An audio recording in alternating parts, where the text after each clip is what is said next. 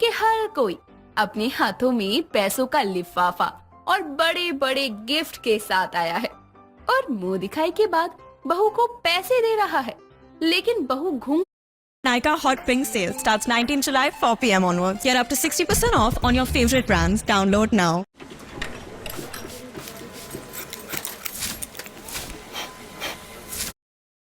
घूंघट में नहीं है। ये देखकर कांता अपने पति दुखिया से कहती है, जी सुनिए, सामने जो लड़का और लड़की बैठे हैं, क्या वही है आपके मालिक के बेटे और बहू? हाँ हाँ, यही है उनके बेटे और बहू। बहू तो बड़ी सुंदर है मालिक की। लो कर लो बात। यहाँ तो बहू घूंघट में ही नहीं है और हम मुंह दिखाई की पार्टी में आए हैं। एक हमारी बहू को घूंघट में होने के बाद भी 21, 11, 51, हद से हद 101 देकर लोग जाते हैं। अगर ऐसा सिस्टम हम गरीबों ने कर दिया तो कोई 1 रुपए भी न देकर जाए। इतना सुनने के बाद दुखिया कांता से कहता है, तभी तो हम गरीब और इन अमीरों में इतना फर्क है। खैर तुम नहीं समझोगी, हम मालिक के पास जा रहे हैं, तब तक तुम खाना पीना खा लो और गोपाल और बहू को लेकर घर चली जाना, हम रात में आएंगे।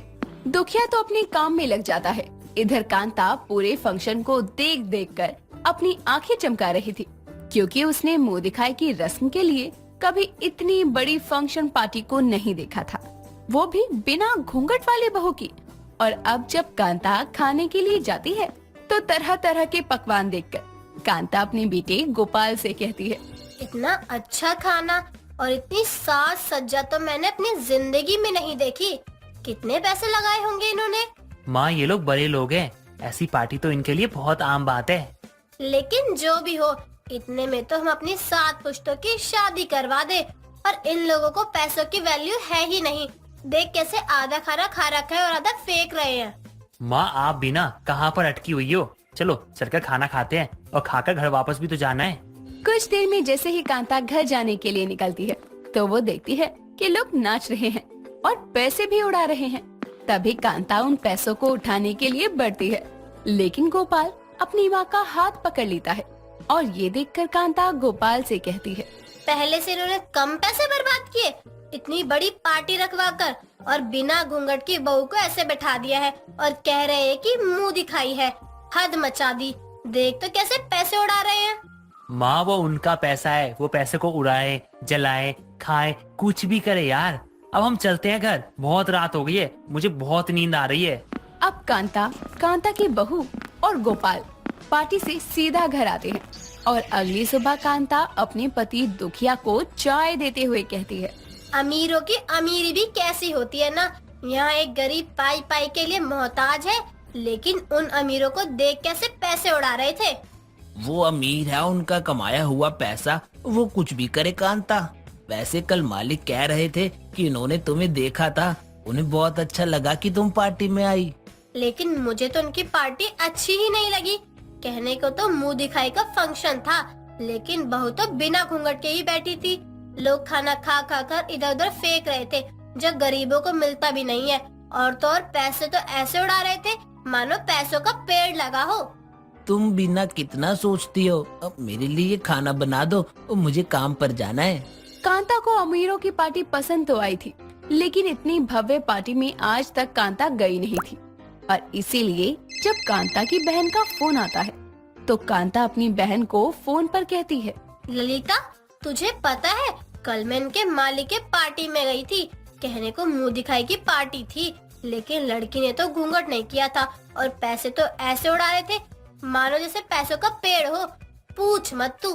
कांता ये बोल ही रही थी कि तभी दुखिया का मालिक सुखीलाल उनके घर आता है और सुखीलाल को देखकर कांता फोन रखकर उनकी तरफ बढ़ती है और उनसे कहती है, अरे मालिक, आइए आइए, यहाँ कैसे आना हुआ? इन्हें कह देते, यही आपका काम कर देते। दुखिया तो काम करता ही है। आज मैं तुम्हारी बहू की मुंह दिखाई के लिए कुछ शगुन के तौर पर लाया हूँ। इतना कहने के बाद सुखीलाल शगुन का सारा सामान कांता को दे देता है और कांता भी उसे अपने कमरे में रखाती है। कुछ देर बाद सुखीलाल तो चला जाता है, लेकिन कांता अपने पति से कहती है, हमारे पास देने के लिए तो कुछ नहीं है, लेकिन ये गणपति जी की मूर्ति आप उनकी बहू को मुंह दिखाई के शगुन के रूप में दे देना, क्योंकि उन्होंने 5 साड़ी और अपनी बहू के लिए गहने दिए हैं।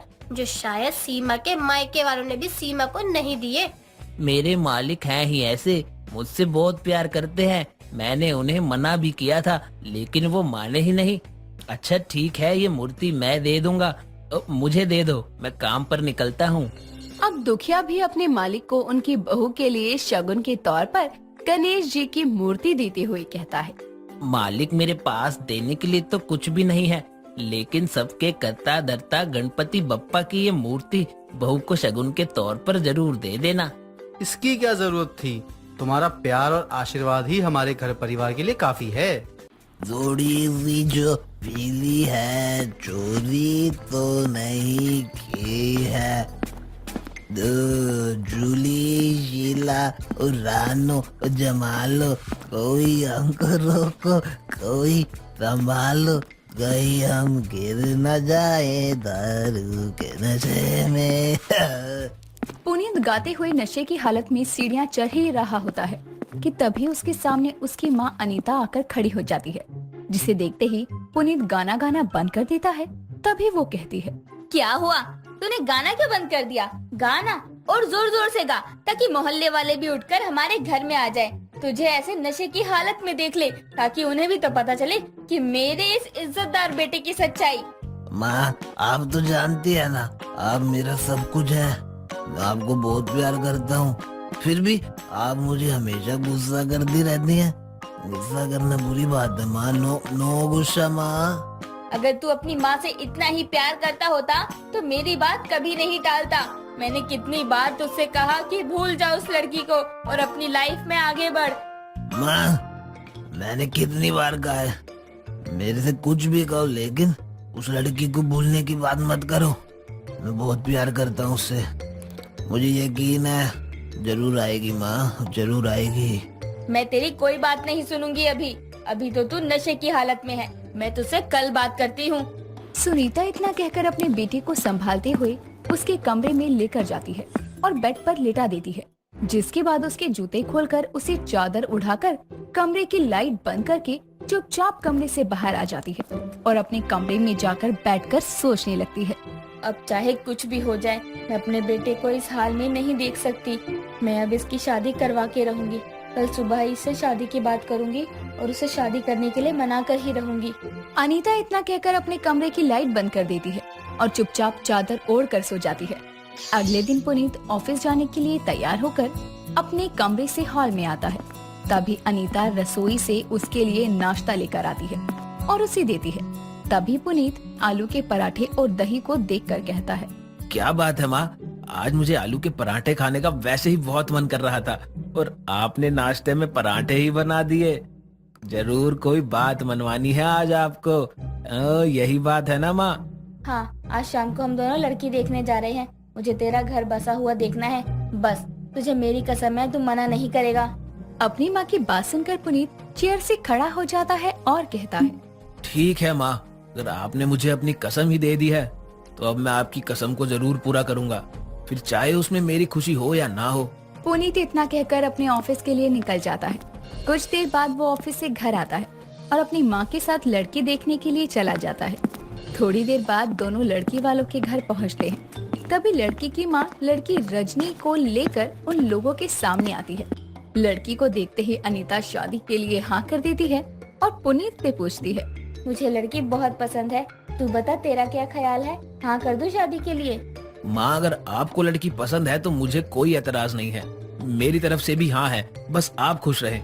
अपनी बेटी की बात सुनकर अनीता बहुत खुश हो जाती है और ये मेरी स्किन के लिए, आपको अपनी स्किन के लिए चाहिए ना, सो गो टू मिंत्रा। मिंत्रा पे beauty With 10K plus products curated by Skin Need, find what's right for you only on Myntra Beauty.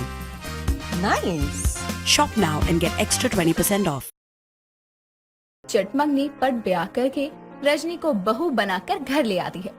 शादी की पहली रात रजनी बेड पर बैठी पुनीत का इंतजार कर रही थी। तभी पुनीत कमरे में आता है और उसे दुल्हन के लिबास में सजी बेड पर बैठी देखकर उससे कहता है, मुझे गलत मत समझना, लेकिन मैं तुम्हें एक पति का प्यार कभी नहीं दे पाऊंगा, क्योंकि मैं किसी और से प्यार करता हूँ और आज भी उसी का इंतजार कर रहा हूँ। मैंने ये शादी सिर्फ अपनी माँ की खुशी के लिए की है। क्या मैं उस लड़की से मिल सकती हूँ जिसने मेरा घर बसने से पहले ही बिगाड़ दिया? नहीं, क्योंकि मुझे खुद 2 साल हो गए उससे मिले हुए, लेकिन मुझे पूरा भरोसा है कि वो जरूर वापस आएगी, इसलिए बस इंतजार ही कर सकता हूँ। पुनीत की बात सुनकर रजनी हैरान हो जाती है। तभी पुनीत बेड से तकिया उठाकर सोफे पर रखकर चुपचाप मुंह घुमाकर सो जाता है। समय बीतता है। रजनी के लाख कोशिश करने के बाद भी पुनीत उसके करीब नहीं आता। एक दिन पुनीत और रजनी हॉल में बैठे फोन चला रहे थे। तभी रजनी फोन सोफे पर रखकर पुनीत के करीब जाकर बैठ जाती है और उससे कहती है, शादी से पहले मेरी कितनी ख्वाहिश थी कि मेरा पति शादी के बाद मुझे घुमाने के लिए किसी बर्फीली जगह पर ले जाएगा, मुझे प्यार करेगा। लेकिन मेरी तो सारी ख्वाहिश ही अधूरी रह गई। मुझ जैसी अभागन बीवी तो कोई होगी ही नहीं जिसकी एक भी ख्वाहिश पूरी नहीं की उसके पति ने। तुम ये सब मुझे क्यों बता रही हो? मुझे तुम्हारी इन बातों से कोई फर्क नहीं पड़ता है कि तुम्हारी क्या ख्वाहिश है, क्योंकि तुम्हारी ये ख्वाहिशें मैं कभी पूरी नहीं कर पाऊंगा, इसलिए मेरे सपने देखना छोड़ दो। पुनीत इतना कहकर हॉल से उठकर घर से बाहर चला जाता है और उसकी बात सुनकर रजनी रोने लगती है। ऐसे ही कुछ दिन और बीतते हैं। तभी एक दिन पुनीत कमरे में आता है और देखता है कि रजनी फोन पर बातें कर रही है। वो चुपचाप कमरे से जाने लगता है। तभी रजनी फोन कट करके उससे कहती है, आप कहाँ जा रहे हैं? सुनिए ना, मुझे आपसे एक बात करनी है। मेरी शादी से पहले एक ख्वाहिश थी कि शादी के बाद मैं माता रानी के दर्शन जोड़े के साथ करूं। क्या आप चलेंगे मेरे साथ? मैं तुम्हारी शक्ल देखना पसंद तक नहीं करता हूँ और मैं तुम्हारे साथ कहीं जाऊंगा तुम सोच भी कैसे सकती हो? तुम्हें जहाँ जाना है अकेले जाओ, बस मेरा पीछा छोड़ दो यार। आप अपनी अभागन बीवी की एक अधूरी ख्वाहिश भी पूरी नहीं कर सकते? देखो, मैं तुम्हारी अधूरी ख्वाहिश कभी पूरी नहीं कर सकता। तुम्हें अपना कुछ नहीं मानता हूँ मैं। पुनीत इतना कहकर बिस्तर से पिलो उठाकर कमरे से बाहर चला जाता है और हॉल में जाकर सोफे पर सो जाता है। अगले दिन ऑफिस के काम से जयपुर निकल जाता है। वहीं दूसरी तरफ रजनी भी अपनी सास को कहकर माता के दर्शन के लिए निकल जाती है। पुनीत जयपुर पहुंचकर स्टेशन से बाहर निकलकर कुछ सामान लेने के लिए मॉल जाता है, जहां उसकी नजर उस लड़की पर जाती है जिसका वो इंतजार कर रहा होता है। जिसे देखते ही वो अपना सारा सामान छोड़कर भागते हुए उसके पास जाता है और उसे जोर से गले लगा लेता है। तभी वो लड़की उसे जोर से धक्का मारते हुए कहती है, तुम हो कौन और तुम्हारी हिम्मत कैसे हुई मुझे गले लगाने की? मैं कौन हूँ तुम मुझसे पूछ रही हो? अरे मैं 2 साल से दिल्ली में तुम्हारा इंतजार कर रहा हूँ और तुम यहाँ जयपुर में हो। और ये क्या, तुमने शादी कर ली? हाँ, मैंने शादी भी कर ली है और मेरा एक प्यारा सा बेटा भी है। देखो, मैं तुमसे कोई प्यार नहीं करती हूँ। मैं अपनी शादीशुदा लाइफ में बहुत खुश हूँ। मैं बस तुमसे पीछा छुड़ाना चाहती थी और कोई तमाशा नहीं करना चाहती थी, इसलिए मैंने तुमसे झूठ बोला था कि मैं आऊंगी वापस। लड़की इतना कहकर चली जाती है और उसकी बातें सुनकर पुनीत घुटनों के बल बैठकर जोर जोर से जमीन पर घुसे मारता है और अपने आप से कहता है, मैंने इतनी बड़ी गलती कर दी। इस लड़की के चक्कर में मैंने अपनी शादीशुदा जिंदगी बर्बाद कर दी, अपनी माँ को तकलीफ दी और ये लड़की अपनी लाइफ में इतनी आगे बढ़ चुकी है। अरे मैंने रजनी के साथ ठीक नहीं किया, मुझे उससे माफी मांगनी चाहिए। पुनीत इतना कहकर अगली ट्रेन से दिल्ली वापस आ जाता है, जहां पहुंचकर वो पागलों की तरह रजनी को पूरे घर में ढूंढने लगता है। तभी उसे अपनी माँ के रोने की आवाज सुनाई देती है। वो भागते हुए उनके कमरे में जाता है और कहता है, माँ, आप रो क्यों रही हैं? क्या हो गया? बहू माता रानी के दर्शन के लिए वैष्णो देवी गई थी। रास्ते में बस पलट गई। बस का कोई भी यात्री नहीं बचा। तूने अपनी बीवी को हमेशा के लिए खो दिया। बेचारी की माता के दर्शन की ख्वाहिश अधूरी ही रह गई। अपनी माँ की बात सुनकर पुनीत जोर जोर से दीवारों पर अपना सर मारने लगता है और अपनी बीवी की बताई हुई सारी अधूरी ख्वाहिशों को याद करने लगता है। इस तरह से पुनीत अपनी अभागन बीवी की अधूरी ख्वाहिशों को कभी पूरी नहीं कर पाता और अपनी बीवी को हमेशा हमेशा के लिए खो देता है। नीलम अपनी बहू सुरुचि के साथ बड़े ही प्यार से रहती थी। सुरुचि और नीलम दोनों सास बहू की जोड़ी तो पूरे मोहल्ले में फेमस थी। एक दिन नीलम की पड़ोसन विमला और रीमा उसके घर नीलम की बहू से मिलने आती है। रीमा, विमला और नीलम तीनों बैठकर बातें कर रहे थे कि तभी विमला कहती है, अरे नीलम, हमें यहाँ आए हुए कितना समय हो गया है, लेकिन अब तक तेरी बहू नहीं आई है। वो तो चाय नाश्ता बना रही होगी शायद। वैसे भी तुम लोग मेरी बहू से आज पहली बार मिलने आए हो, तो बहू भी तो अपनी तरफ से पूरी खातिरदारी करेगी ना, कहीं भी कोई कमी नहीं रहनी चाहिए। अरे वाह, फिर तो बहुत अच्छी बात है कि तेरी बहू तेरे बिना बोले ही ये सब सोचती है। सच कह रही है विमला तू, मुझे अपनी बहू को कुछ भी बोलने की जरूरत ही नहीं पड़ती है। मेरी बहू को छोटी बड़ी बातों सबका ध्यान रहता है, और जब से मेरी बहू आई है ना, उसने सब कुछ अच्छे से संभाल लिया है। मुझसे तो हमेशा चिढ़ती रहती थी, और अब देखो मुझे कैसे चिढ़ा रही है। लेकिन कोई बात नहीं, नीलम को अपनी बातों में लाना मेरे लिए कौन सा बड़ी बात है। अरे रीमा, तू क्यों चुप है? तू भी कुछ बोल ले। ऐसा नहीं है कि तेरे बोलने से तुझे चाय नहीं मिलेगी। अरे हाँ रीमा, तू वैसे तो कभी चुप नहीं रहती है, आज इतनी शांत कैसे है? मुझे तो ये बात कुछ हजम ही नहीं हो रही है। विमला और बाकी दोनों बातें कर रहे थे, तभी वहाँ नीलम की बहू सुरुचि चाय नाश्ता लेकर आती है और सामने रख देती है। चाय नाश्ता वहीं पर रखकर सुरुचि चली जाती है। ये देखकर रीमा कहती है, क्या बात है नीलम, तू तो अपनी बहू की अब तक बड़ी तारीफ कर रही थी, और देख रही है कैसे यहाँ चाय पटक के चली गई। बताओ, तेरी तो कोई इज्जत ही नहीं है बहू की नजरों में। तू बातें बना चढ़ा के क्यों कह रही है? नीलम की बहू कहाँ चाय पटक के गई है? अरे बेचारी को और भी तो काम होंगे, तो जल्दीबाजी में चाय यहीं रख कर चली गई होगी। तू खुद ले लेगी चाय तो कौन सा पहाड़ टूट जाएगा।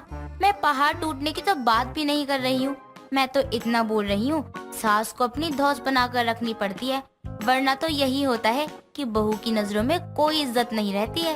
अरे नहीं नहीं, ऐसी तो कोई बात ही नहीं है रीमा, तू ही गलत समझ रही है मेरी बहू को।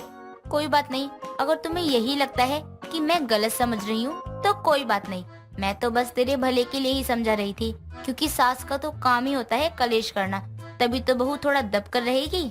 तू नीलम को उल्टी पट्टी मत पढ़ा, ये दोनों सास बहू जैसे भी है साथ में बहुत खुश हैं। रीमा अपनी आंख लगा देती है। नीलम वहाँ तो चुप रहती है, लेकिन उसके मन में ये बात रह जाती है कि उसे अपनी बहू को इतने भी प्यार के साथ नहीं रखना चाहिए, थोड़ा डरा कर ही रखना चाहिए। इसीलिए अब नीलम अपनी बहू के हर काम में कोई न कोई गलती निकालने लगती है, और सुरुचि उस गलती को बार बार ठीक करने लगती है। ऐसे ही धीरे धीरे कई दिन निकलते हैं, लेकिन अब नीलम के स्वभाव में कोई बदलाव नहीं आता है।